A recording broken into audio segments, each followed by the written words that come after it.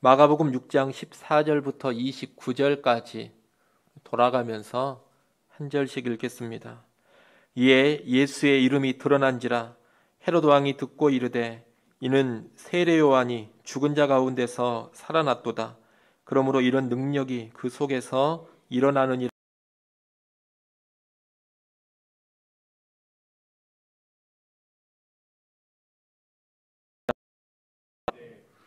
헤롯은 듣고 이르되 내가 목벤 요한 그가 살아났다 하더라.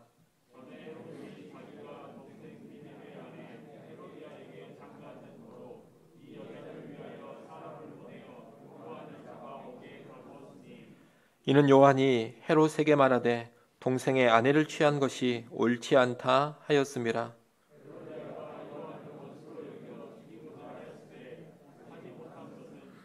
헤롯이 요한을 의롭고 거룩한 사람으로 알고 두려워하여 보호하며 또 그의 말을 들을 때에 크게 번민을 하면서도 달갑게 들음이러라.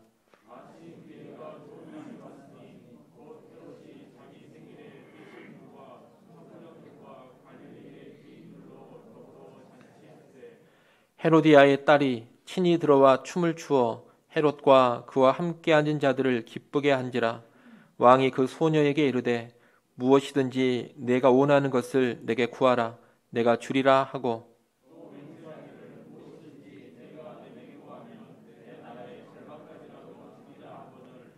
그가 나가서 그 어머니에게 말하되 내가 무엇을 구하리이까? 그 어머니가 이르되 세례 요한의 머리를 구하라 하니,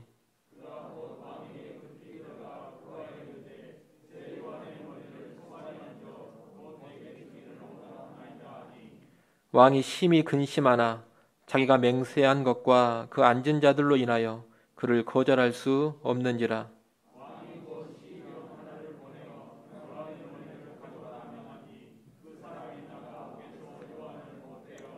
그 머리를 소반에 얹어다가 소녀에게 주니 소녀가 이것을 그 어머니에게 주니라. 아멘. 오늘 본문의 말씀은 예수님께서 12제자를 파송하신 사건과 맞물려 있는 내용입니다. 우리가 지난 시간에 봤던 것처럼 예수님께서는 12제자를 둘씩 보내사 하나님 나라의 사역을 감당케 하셨습니다. 이 12제자는 곳곳으로 다니면서 복음을 전하고 큰 능력을 보였습니다. 그러자 예수님의 이름이 널리 드러나게 됩니다. 물론 그전에도 예수님의 소문은 많이 퍼졌습니다. 그런데 이제 12제자가 2명씩 6팀을 이루어서 곳곳으로 가 사역을 감당하니 예수님의 소문이 훨씬 더 폭발적으로 널리 퍼졌던 겁니다. 오늘 본문 14절로 16절에 보면 이렇게 예수님의 이름이 드러났을 때 헤롯 왕의 반응이 나옵니다. 이 헤롯 왕은 당시 갈릴리 지역을 다스리는 분봉왕이었는데 그는 예수님의 소문을 듣고서 과거 자신이 죽였던 세례 요한을 떠올립니다. 그는 세례 요한을 죽인 죄책감에 사로잡혀 있었는데 자신이 죽인 세례 요한이 다시 살아나서 이런 능력을 발휘한다고 생각을 한 겁니다. 환생을 믿는 것과 유사한 이런 생각은 당시 민중 사이에 널리 퍼져 있던 생각이었습니다. 그런데 헤롯은 그런 미신적인 생각에 사로잡혀서 세례 요한이 되살아나 예수 안에서 이런 능력을 행한다고 생각을 했다는 겁니다. 이것은 세례 요한을 죽인 헤롯 왕의 불안한 심리를 보여주는 겁니다. 오늘 본문은 헤롯의 불안한 심리를 언급하면서 헤롯 왕이 세례 요한을 죽이게 된 사건을 구체적으로 설명해 주고 있습니다. 오늘 본문 17절부터 29절에 걸쳐 그 사건이 쭉 나오는데 이 사건에서 부각되는 인물은 세 사람입니다. 헤로디아, 헤로당, 그리고 세례 요한입니다. 오늘 이 시간에는 이 세 사람을 하나씩 살펴보면서 오늘 본문이 주는 교훈을 살펴보고자 합니다. 먼저 헤로디아라는 여인입니다. 헤로디아는 원래 헤롯 왕의 이복 동생이었던 빌립의 아내였습니다. 그런데 그녀는 헤롯 왕과 불륜 관계에 빠지게 되었고 결국 헤롯 왕과 결혼까지 하게 됩니다. 우리는 일단 여기서 이 헤로디아라는 여인이 욕망을 위해서라면 결혼 서약도 깨뜨려 버리고 남편도 버릴 수 있는 그런 인물인 것을 알게 됩니다. 또한 17절 하반절에 보면 헤롯은 이 여자를 위하여 사람을 보내어 요한을 잡아 옥에 가두었다 그럽니다. 이 여자를 위하여라는 말이 나오는데 이 말은 헤롯 왕이 헤로디아를 위하여서 헤로디아의 요청에 의해서 세례 요한을 잡아 옥에 가두었음을 알려줍니다. 이 세례 요한은 헤롯 왕이 헤로디아와 결혼한 일을 두고서 간음하지 말라는 하나님의 말씀을 어긴 죄악된 일이라고 꾸짖고 책망했습니다. 그런데 그 책망이 헤로디아의 심기를 불편하게 했습니다. 그래서 헤롯 왕에게 새로이 세례 요한을 잡아 가두도록 요구를 했고 헤롯은 헤로디아의 마음을 풀어주는 차원에서 요한을 잡아 옥에 가둔 겁니다.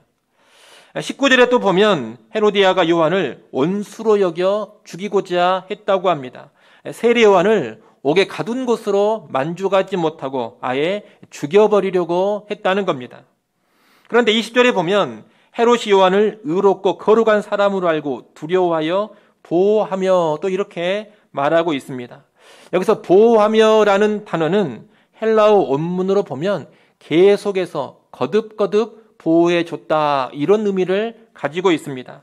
다시 말해 헤로디아는 세례 요한을 원수로 여기면서 거듭해서 그를 죽이려고 시도했다는 겁니다. 그런데 그때마다 헤롯 왕이 막아서 요한의 생명을 보존해 준 겁니다. 이를 통해서도 우리는 헤로디아라는 여인의 무서움을 알 수 있습니다. 그녀는 자신의 죄, 자기의 그릇된 욕망을 비판하는 선지자에게 아주 집요한 오난을 품습니다. 그리고 계속해서 죽이려고 시도하는 그런 인물이었던 겁니다. 그러다 결국 헤롯의 생일날에 세례 요한을 죽이는 사건이 일어납니다. 이 사건은 헤로디아의 딸이 춤을 춘 일과 직결됩니다. 22절 말씀을 한번 보십시오. 22절에 보면 헤롯 왕의 생일잔치에 헤로디아의 딸이 친히 들어와서 춤을 추었다 그럽니다. 헤로디아의 딸이 잔치자리에 들어와서 춤을 춘 것은 그 당시 문화로 보면 아주 특별한 일이 아닐 수가 없습니다. 왜냐하면 그 당시 술자리에서 춤을 춘다는 것은 아주 천한 신분의 사람들이 하는 일이었기 때문입니다. 더욱이 그 당시 연회석상에서 추는 춤들은 주로 어떤 춤들이었느냐? 노출이 심한 옷을 입고서 외설적인 몸짓으로 사람을 자극하는 그런 춤들이었습니다. 따라서 공주와 같은 왕족의 신분을 가지고 있는 사람이 그런 춤을 춘다는 것은 상상하기 힘듭니다. 그런데도 공주였던 헤로디아의 딸이 직접 잔치자리에 들어가서 그런 뇌세적인 춤을 췄던 겁니다. 이런 일은 그녀의 어머니인 헤로디아가 주도하지 않고서는 일어날 수가 없는 일입니다. 뒤에 보면 헤롯 왕이 이 헤로디아의 딸에게 무슨 소원이든지 다 들어주겠다 그렇게 약속을 하니 그녀는 어떻게 하느냐? 헤로디아의 딸은 곧장 어머니 헤로디아에게 달려가서 무엇을 구할지를 물어봅니다. 이것만 보더라도 이 일은 헤로디아가 꾸민 일이 분명합니다. 헤로디아는 세례 요한을 죽이기 위해서 지금 자신의 딸까지 동원을 하고 있는 겁니다. 여러분, 이렇게 자기의 욕망을 위해서라면 남편도 바꿔버리고 자기 딸도 이용을 하고 선지자까지도 죽여버리는 여자가 헤로디아입니다. 자기의 욕망을 위해서라면 무엇이든지 할 수 있는 여인인 것입니다. 우리는 이런 헤로디아를 노골적인 욕망의 여인이라 이렇게 말할 수가 있겠습니다. 이 헤로디아는 욕망에 붙들려 살아가는 사람들을 대표적으로 보여주는 인물입니다. 여러분, 사람이 욕망에 붙들리면 이 헤로디아처럼 됩니다. 욕망의 노예가 되면 옳고 그름의 가치 판단의 기준을 상실해버립니다. 욕망을 만족시켜줄 수만 있다면 무엇이든지 해버리는 그런 사람이 되고 마는 겁니다. 오늘날도 돈이나 쾌락, 권력의 욕망에 붙들려 있는 그런 사람들의 모습을 한번 보십시오. 그들이 얼마나 무서운지 모릅니다. 또 얼마나 독하고 잔인한지 모릅니다. 해서는 안 되는 일들을 욕망의 노예가 된 사람들은 서슴없이 행해버립니다. 때로 사람을 파멸시키고 사람을 죽이는 일조차 과감하게 시행합니다. 이런 일들이 세상에서 비일비재하게 일어나고 있는 겁니다. 하지만 이런 모습이 꼭 세상에서만 나타나는 것은 아닙니다. 세상의 정치판이나 세상에 사업하는 사람들이나 세상의 어떤 경제적인 영역에서나 이런 일들이 일어나는 것이 아니라 종교적인 영역에서도 얼마든지 이런 일은 일어날 수가 있는 겁니다. 다시 말하면 하나님을 믿는 사람들에게서도 욕망의 노예가 되어서 파괴적인 일을 하는 그런 모습이 나타날 수 있다는 겁니다. 예수님 당시에 바리새인들을 한번 생각해 보십시오. 그들은 종교 지도자들이었고 지극히 종교적인 사람이었습니다. 하지만 그들은 실상 돈을 사랑하고 인기를 좋아하고 종교적인 권력에 심취해 있던 사람들이었습니다. 종교적인 사람들이었지만 돈의 욕망, 인기에 대한 욕망, 종교적인 권력에 대한 욕망으로 가득 차 있는 사람들이었다는 겁니다. 이런 그들이 무슨 일을 꾸밉니까? 자기들의 부패한 실상을 들추어내는 예수님을 죽이려는 음모를 꾸밉니다. 우리가 이미 봤습니다만 마가복음 3장 6절에서 바리새인들은 예수를 어떻게 죽일까 의논을 했다 그랬습니다. 그들은 살인을 모의하고 있는 겁니다. 여러분, 이 바리새인들과 헤로디아가 뭐가 다릅니까? 예수를 죽이려고 의논하는 바리새인들이나 세례 요한을 죽이려고 집요한 계획을 세워서 시행하는 헤로디아나 다를 것이 하나도 없습니다. 헤로디아는 세속적인 사람이었고 바리새인들은 지극히 종교적인 사람이었습니다. 하지만 그들 모두 욕망의 노예라는 점에서는 똑같은 겁니다. 또한 그 욕망에 걸림돌이 되는 것은 무엇이든지 제거해 버리려고 한다는 점에서는 똑같은 겁니다.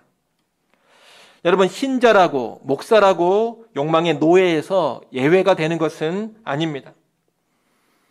신자도 욕망의 노예가 될 수 있고 목사도 욕망의 노예가 될 수 있습니다. 그리고 욕망의 노예가 돼버리면 신자도 목사라는 사람도 헤로디아처럼 살아가게 되는 겁니다. 돈의 노예가 되고 성공의 노예가 되고 권력과 명예의 노예가 돼버리면 무엇이 옳고 그른지를 상실해버립니다. 그 욕망을 채울 수만 있다면 어떤 일이든지 해버리고 마는 그런 인간이 되어버리는 겁니다. 특히 이런 사람들의 특징이 있는데 이런 사람들의 특징은 뭐냐? 자기들의 죄와 그릇된 욕망을 지적하는 말씀 앞에 격분을 한다는 겁니다. 분노하고 화를 냅니다. 헤로디아도 자기의 죄를 지적하는 세례 요한의 선포를 듣고 적개심을 가졌습니다. 바리새인들도 그들의 위선과 탐욕을 예수님이 책망하시자 예수님을 향하여 적개심을 품었습니다. 욕망의 노예가 된 사람들은 언제나 이렇게 꾸짖고 책망하는 말씀 앞에 분노하고 적개심을 품는 겁니다. 그렇기 때문에 오늘 우리는 말씀 앞에 우리의 태도를 늘 점검해 볼 수 있어야 합니다. 칭찬과 위로와 격려의 말씀이 중요한 것이 아니라 나를 책망하는 말씀 앞에 나는 어떻게 반응하고 있는가? 여러분, 이것이 중요합니다. 그것이 내가 욕망의 노예인지 아닌지를 가늠케 하는 하나의 기준이 되는 겁니다. 오늘 여러분 어떻습니까? 여러분은 죄라든가 그릇된 욕망을 말씀을 통하여 지적을 받으면 어떻게 반응하십니까? 혹시 언짢게 생각하거나 화를 내지는 않습니까? 아니면 그 말씀 앞에 민감히 반응하면서 회개하고 돌이키십니까? 요즘 교회에서는 책망하는 설교, 죄를 지적하는 설교를 하기가 힘들다. 다들 그렇게 이야기를 합니다. 왜 힘듭니까? 책망하는 설교, 죄를 지적하는 설교를 좀 하기만 하면 성도들이 나를 치는 설교를 하고 있다. 이렇게 반응을 하고 또 심하면 교회를 옮겨버리기도 합니다. 그러니 강단에서 죄를 지적하고 책망하는 그런 설교를 하기가 힘들고 성도들 개인을 만나서도 죄를 지적하면서 돌이키라고 권면하는 그런 말을 하기가 힘들다는 겁니다. 성도들이 이런 반응을 보이고 있다는 것은 사실 무엇을 입증해 주는 것이냐? 오늘날 교회 안에 많은 성도들이 실상 욕망의 노예가 되어 있다는 것을 입증하는 겁니다. 욕망의 노예가 되어 있기 때문에 죄를 지적하고 책망하는 말씀 앞에 분노의 반응을 보이는 것이고 언짢은 반응을 보이는 겁니다. 시편 141편 5절에 보면 이렇게 말씀하고 있습니다. 시편 141편 5절 말씀 우리 같이 한번 읽어보겠습니다. 함께 읽습니다. 의인이 나를 칠지라도 은혜로 여기며 책망할지라도 머리에 기름같이 여겨서 내 머리가 이를 거절하지 아니할지라. 그들의 재난 중에도 내가 항상 기도하리로다. 아멘. 지금 이 시편 기자는 나를 치는 말씀, 책망의 말씀을 은혜롭게 받겠다, 기쁨으로 받겠다, 이런 결단을 하고 있습니다. 나를 책망하는 의인을 미워하면서 제거해 버리려고 하는 것이 아니라 오히려 그런 의인이 재난 중에 있다면 그를 위해 기도해 주겠다, 이렇게 고백을 하고 있습니다. 말씀 앞에 참으로 겸비한 태도요. 특별히 나를 책망하고 꾸짖는 말씀 앞에 민감하게 반응하겠다는 태도입니다. 여러분, 이런 태도가 있어야지만 욕망의 노예로 전락하지 않는 겁니다. 오늘 여러분이 하나님 말씀 앞에 이 시편 기자와 같은 태도를 꼭 보이시기를 바랍니다. 헤로디아처럼 반응하지 마시고 시편 기자처럼 이 다윗처럼 반응을 하십시오. 그렇게 반응해 간다면 우리가 욕망의 노예로 전락하는 일은 결코 일어나지 않을 겁니다. 둘째로 볼 인물은 헤로드 왕입니다. 이 헤로드 왕은 그릇된 일을 하긴 했지만 아주 완악한 사람은 아니었습니다. 오늘 본문은 헤롯이 그렇게 완악한 사람은 아니었다는 것을 계속해서 보여주고 있습니다. 20절을 한번 보십시오. 20절에 보면 헤롯이 요한을 의롭고 거룩한 사람으로 알고 두려워하여 보호하며 또 그의 말을 들을 때 크게 번민을 하면서도 달갑게 들음이러라, 이렇게 말씀합니다. 그는 세례 요한을 옥에 가두기는 했지만 요한의 생명은 어떻게든 보호해 주려고 했습니다. 그리고 세례 요한의 책망을 들을 때 번민을 하면서도 달갑게 들었습니다. 세례 요한의 말이 옳다는 것은 인정을 했던 겁니다. 또 26절에 보면 헤롯은 헤로데의 딸에게 자신이 한 약속으로 인해서 세례 요한을 죽여야 될 상황에 처하자 심히 근심했다 그럽니다. 요한 죽이는 일을 너무 부담스럽게 생각을 했던 겁니다. 이를 보면 헤롯이 아주 나빠 보이는 사람은 아닙니다. 말씀을 듣고 찔림을 받을 줄 아는 사람입니다. 말씀 앞에서 나름 고뇌하고 번민하는 사람입니다. 책망의 말을 들었을 때 그 책망의 말이 옳기는 하다, 이렇게 인정은 하고 있는 사람입니다. 하지만 헤롯은 딱 거기까지였습니다. 궁극적으로 말씀을 듣고 돌이킬 줄을 알아야 되는데 헤롯에게는 이 돌이킴이 나타나지 않습니다. 책망하는 말씀 앞에 찔림도 받고 번민도 하고 그 말씀이 옳다고 인정도 합니다. 하지만 헤롯은 돌이키지는 않습니다. 또한 이 헤로디아가 세례 요한을 거듭 죽이려고 했을 때 헤롯 왕은 계속해서 요한을 보호는 해줬습니다. 하지만 그는 죄 없는 세례 요한을 계속 옥에 가두어 둔 채 석방은 시켜주지 않았습니다. 한마디로 이 헤롯은 어떤 사람입니까? 말씀 앞에서 계속 갈등은 하지만 결국은 순종하지 않고 욕망을 향해 나아가는 사람입니다. 여러분이 헤롯은 헤로디아와는 달리 노골적으로 말씀을 대적하지는 않습니다. 또 노골적으로 욕망을 추구하지는 않습니다. 하지만 그는 은근히 욕망을 붙잡고 있고 은근히 결국은 욕망으로 향하는 사람인 것입니다. 갈등하면서도 결국은 자기 욕망을 포기하지 않습니다. 머뭇거리는 듯 하면서도 결국은 욕망을 향해 나아갑니다. 헤로디아와는 좀 다른 것 같지만 실상은 헤로디아와 함께하고 함께 갑니다. 그리고 결국 헤로디아와 함께 세례 요한을 죽이는 그 자리에까지 서게 된 겁니다. 이런 헤롯과 유사한 인물로 복음서에서 우리는 총독 빌라도를 생각해 볼 수가 있습니다. 잘 아시는 것처럼 이 빌라도는 예수님을 재판할 때 재판관이었습니다. 그런 예수님의 죄가 없다라는 것을 잘 알았습니다. 당연히 예수님을 죽일 마음이 없었습니다. 예수님을 어떻게든 살려보려고 했습니다. 하지만 종교 지도자들과 군중이 아주 거세게 예수를 죽이라고 압박을 하자 근심하고 갈등합니다. 예수는 죄가 없으니 죽일 것이 아닌데 군중이 이렇게 죽이라고 하니 어떻게 해야 하느냐 이러면서 깊이 근심했던 겁니다. 사실 법으로만 따진다면 아주 간단한 재판입니다. 재판관으로서 예수가 죄가 없다라는 것을 분명히 알았다면 바로 풀어주면 될 일입니다. 하지만 빌라도는 그렇게 하지 않습니다. 정치적인 계산을 합니다. 혹시라도 예수를 풀어주면 군중이 소란을 일으키지는 않을까? 여론이 악화되지는 않을까? 예수를 풀어줌으로 인하여서 내가 정치적으로 곤란해지지는 않을까? 이런 계산을 한 겁니다. 그런 생각 가운데 빌라도는 죄 없는 예수님을 바로 풀어주지를 않습니다.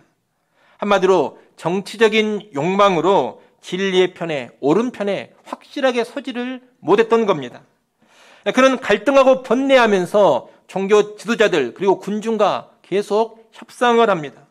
채찍질을 하고 예수를 풀어주면 어떠하냐?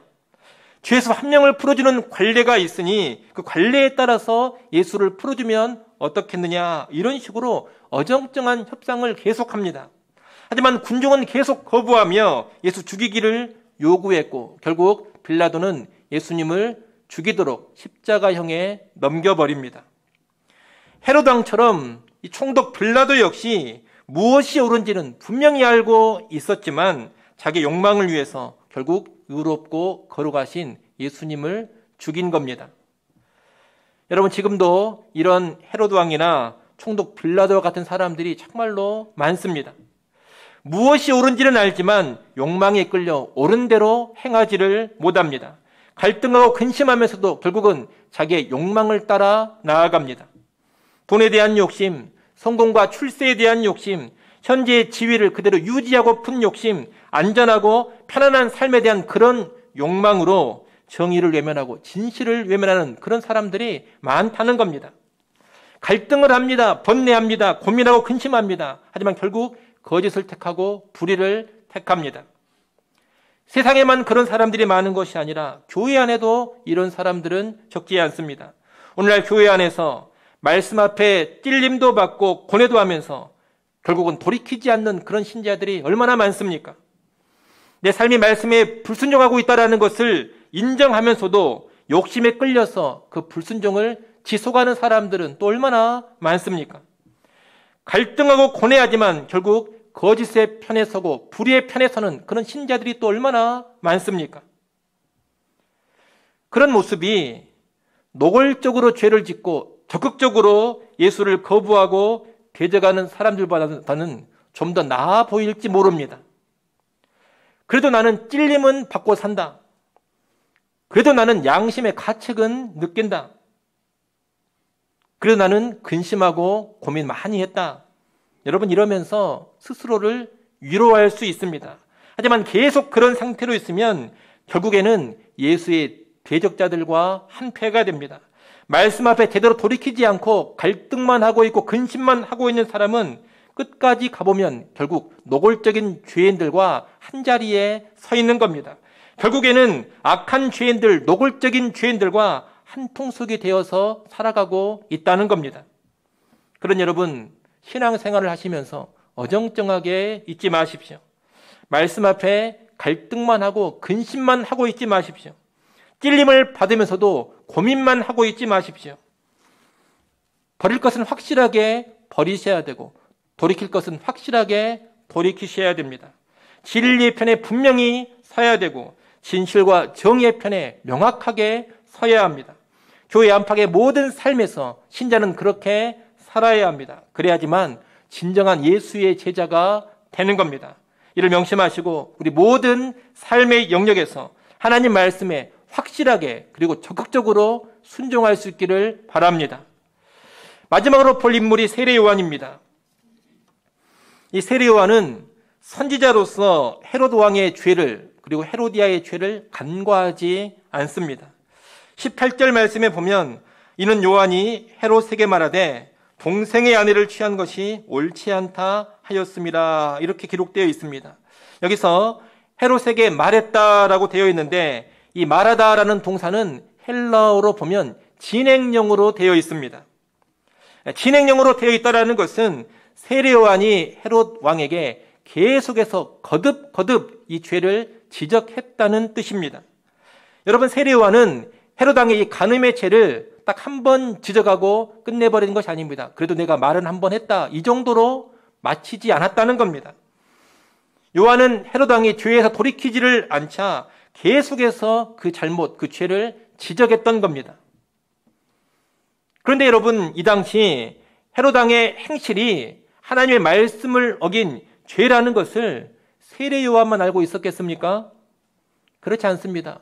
다른 종교 지도자들도 다 알고 있습니다. 당시의 제사장들, 당시의 바리새인들도 헤롯 왕이 하나님 말씀을 크게 거역했다, 이것을 다 알고 있었다는 겁니다. 하지만 그 어떤 종교 지도자도 헤롯 왕에게 그 죄를 지적하지 않았습니다. 죄를 알면서도 침묵을 했던 겁니다. 왜 그랬을까요?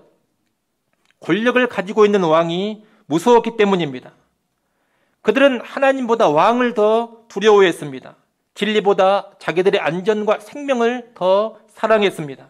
그래서 헤롯 왕이나 헤로디아의 심기를 불편하게 만들고 싶지 않았던 겁니다.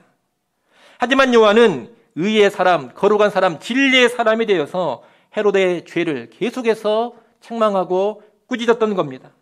거듭해서 그 죄를 지적했습니다. 그러니 헤롯이나 헤로디아 입장에서 이 요한이 얼마나 눈에 가시 같았겠습니까? 이로 인해 결국 세례 요한은 옥에 갇혔던 것이고 목베어 죽임을 당한 겁니다. 여러분, 이 세례 요한이 어떤 사람입니까? 그는 태어날 때부터 주 앞에 큰 자가 되리라, 이런 천사의 예언을 받고 태어난 사람입니다. 예수님께서도 그를 가리켜 여자가 낳은 자 중에 가장 큰 자다, 이렇게 평가를 해줬던 사람입니다. 근데 이런 사람의 최후치고는 여러분, 이 요한의 죽음이 너무 비참하지 않습니까? 주 앞에 큰 자가 되리라, 이런 예언을 받았던 사람입니다. 여자가 낳은 자 중에 가장 큰 자라는 평가를 받았던 사람입니다. 그런데 목이 잘려 죽었습니다. 이 모습은 우리에게 뭘 가르쳐 주느냐? 세상에서 잘되고 세상에서 번성하고 세상에서 오래 사는 것만이 복은 아니라는 것을 가르쳐 줍니다. 여러분, 하나님 앞에서 큰 자가 세상에서 비참하게 목 잘려 죽을 수 있습니다. 하나님 앞에서 참으로 위대한 인물이, 하나님이 참으로 크게 인정해주는 사람이 세상에서 비참한 죽음을 당할 수 있는 겁니다. 오늘 본문의 이 세례 요한의 죽음은 사실 예수님과 제자들의 앞으로의 삶을 암시해 주는 겁니다.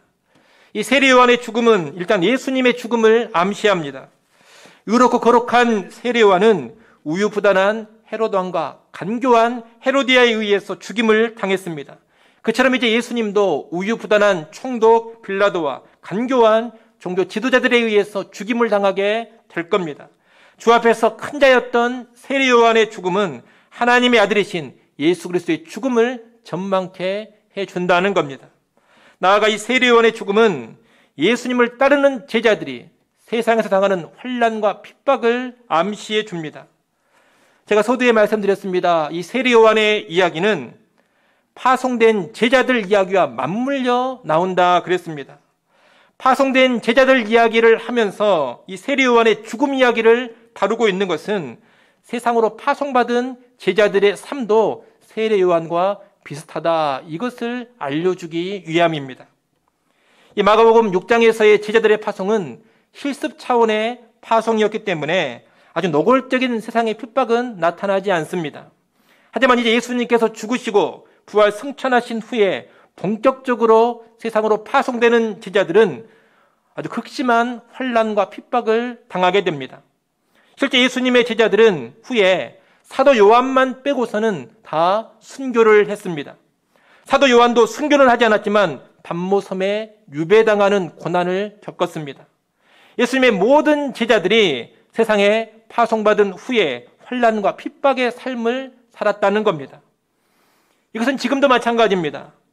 세상에 보냄받아서 복음과 하나님 나라를 위해 순전하게 살아가는 예수의 제자들, 세상의 헛된 욕망에 붙들리지 않고 진리의 말씀에 붙잡혀 살아가는 참된 예수의 제자들, 세상의 권력에 굴하지 않고 언제나 진실과 정의의 편에 서가는 제자들, 세상을 향해서 하나님의 사랑을 선포하지만 동시에 죄와 잘못을 담대하게 지적하고 꾸짖는 제자들, 죄인들을 향한 하나님의 은혜를 선포하면서도 동시에 죄에 대한 회개를 강력하게 촉구하는 제자들, 이런 제자들은 세상에서 환난과 핍박을 당하는 겁니다.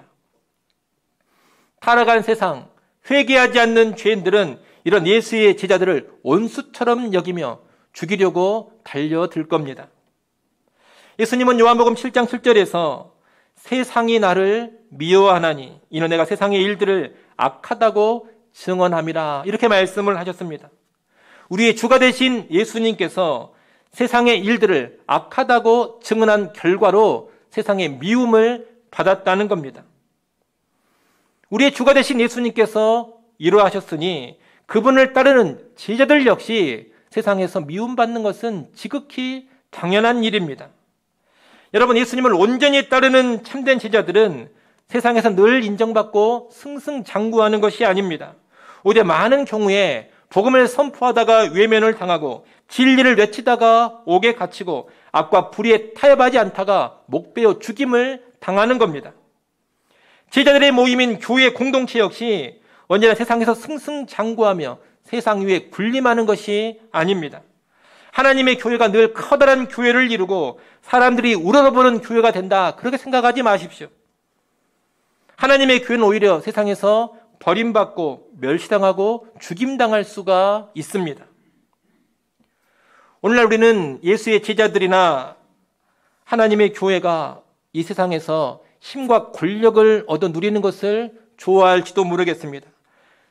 세상 사람들이 교회 앞에서 쩔쩔매고 세상의 권력자들도 교회 눈치를 보면서 교회 앞에 굽진거리는 그런 모습을 보고 흡족해할지 모르겠습니다. 그런 모습을 보면서 뿌듯해야 할지 모릅니다. 하지만 여러분, 오늘 본문은 그런 이야기를 하지 않습니다.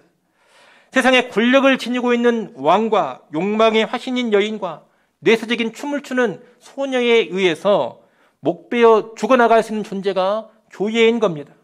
타락한 세상의 힘과 권력에 의해서 쟁반에 목이 잘려 올라갈 수 있는 존재가 교회라는 겁니다. 한마디로 복음만을 붙잡고 진리만을 붙잡고 의와 거룩을 위해 살면서 이 세상에서 순교하는 존재가 교회요, 예수의 제자들입니다. 그런 여러분, 예수 믿는 신앙과 연관해서 또 하나님 나라를 위해 살아가면서 세상의 영광과 세상의 화려함을 꿈꾸거나 기대하지 마십시오. 오히려 하나님 나라를 위해 살아가면서 세례 요한의 죽음, 예수님의 죽음을 묵상해야 합니다. 십자가를 묵상해야 합니다. 복음을 위한 사역, 하나님 나라를 위한 사역은 본질상 십자가의 삶이기 때문입니다. 우리가 살아가는 이곳에서는 심한 환난과 핍박이 없을 수 있습니다. 하지만 핍박이 없다고 해서 형통하고 번영하는 것이 신자의 삶이다, 이런 생각은 하지 마십시오. 핍박이 없는 곳에서 주의 일을 감당한다 하더라도 우리가 늘 바라보고 집중하고 묵상해야 하는 것은 십자가입니다. 이를 명심하시고 여러분, 세상의 번영과 세상의 성공이 아닌 십자가의 삶을 전망하면서 하나님 나라 위에 살아가는 진정한 예수의 제자들 다 될 수 있기를 간절히 축원합니다. 기도하겠습니다. 하나님 아버지, 감사합니다. 세례 요한의 죽음을 보며 진정한 제자의 삶이 어떤 삶인지를 보았습니다. 세상의 헛된 정욕, 헛된 욕망 추구하지 않고 늘 진리를 따라 살아가며 정의와 진실의 편에 서게 하여 주시옵소서. 말씀 앞에 갈등하고 번뇌하면서도 결국 욕망에 끌려 죄 짓는 인생 되지 않게 하시고 강하고 담대하고 확실하게 말씀에 순종하는 참된 제자들 되게 하여 주시옵소서. 무엇보다 복음을 위해서 하나님 나라를 위해서 살아가는 것이 세상의 영광과 세상의 번영을 보장하지 않는다는 것을 알게 하시고 늘 십자가를 바라보며 맡겨주신 사명 감당케 하여 주옵소서. 예수님의 이름으로 기도드리옵나이다. 아멘.